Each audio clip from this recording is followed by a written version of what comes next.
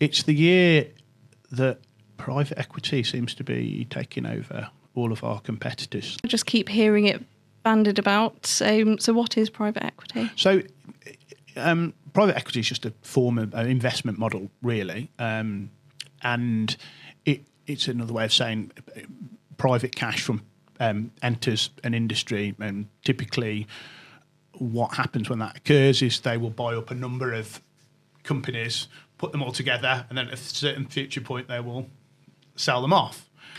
Always sort of done under the justification that it's better for everybody involved because they can invest sort of more money on technology, and there are economies of scale and efficiencies that can be reached by doing that. I mean, you wouldn't need if you put 5 companies together, you wouldn't need 5 separate HR departments or 5 separate accounts departments or 5 separate payment systems. And that also, there's certain amount of critical mass that you can obtain, and by putting these things together, you can make a more profitable business that's better able to serve its customers and better able to, perhaps sometimes the principal driver, give a return to the people who've invested it, notably by, again, selling it for several times more than what they paid to purchase it. We feel very strongly that that a big part of professional services and being a professional is that that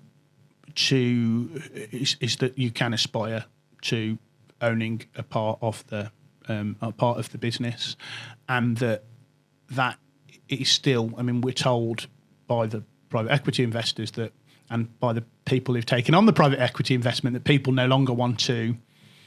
They don't want to own. They don't want to take on debt to be able to own law firms, and that.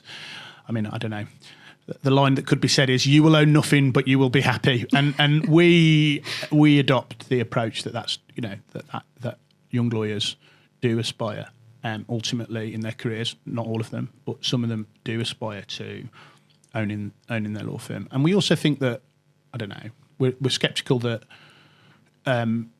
to best deliver services to clients, that